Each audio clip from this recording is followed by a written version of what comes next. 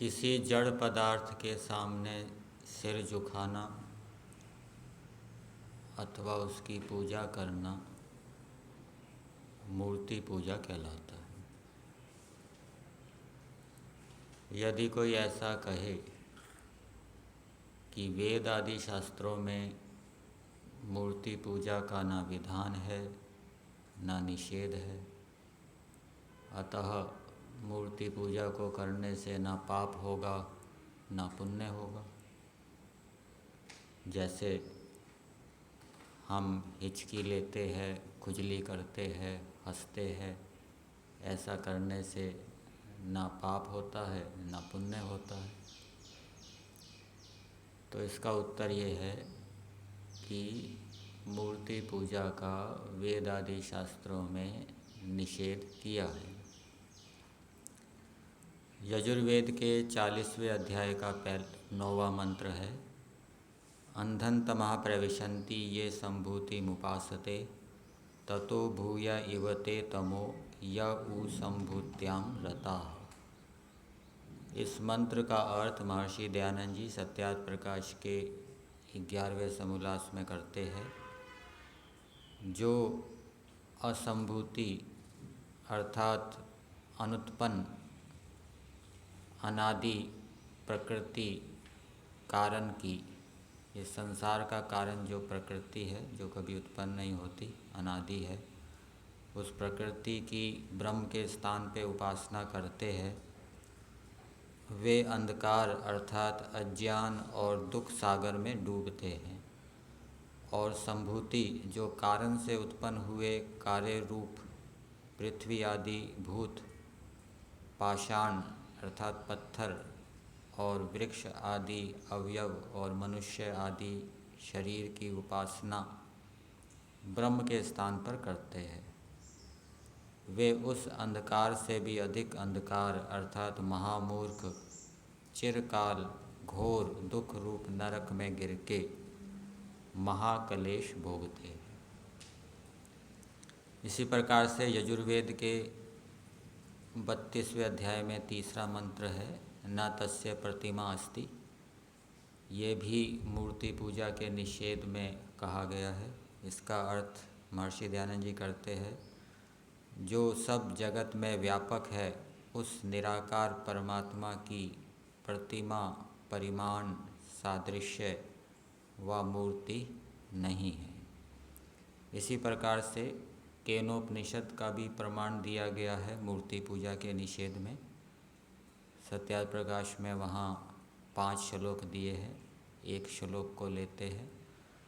यद वाचा अनभ्युदितं येन वाग अभ्युद्यते तदेव ब्रह्म त्वं विद्धि न इदं यद इदं उपासते। इसका अर्थ किया गया है, जो वाणी की अर्थात यह जल है लीजिए वैसा विषय नहीं, और जिसके धारण और सत्ता से वाणी की प्रवृत्ति होती है, उसी को ब्रह्म जान और उपासना कर, और जो उससे भिन्न है वह उपासनीय नहीं है। अर्थात वाणी का विषय उपासनीय नहीं है, अपितु वाणी जिस परमेश्वर से प्रवृत्त होती है उस परमेश्वर की उपासना कर। इसी प्रकार से अन्य श्लोकों में भी मन को कहा है,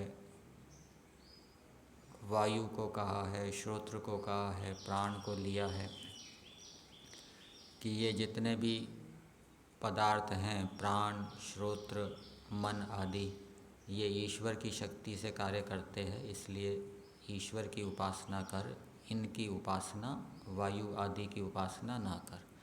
तो ये पदार्थ उपलक्षण के रूप में लेने चाहिए। और भी जितने जड़ पदार्थ हैं उनकी उपासना मनुष्यों को नहीं करनी चाहिए।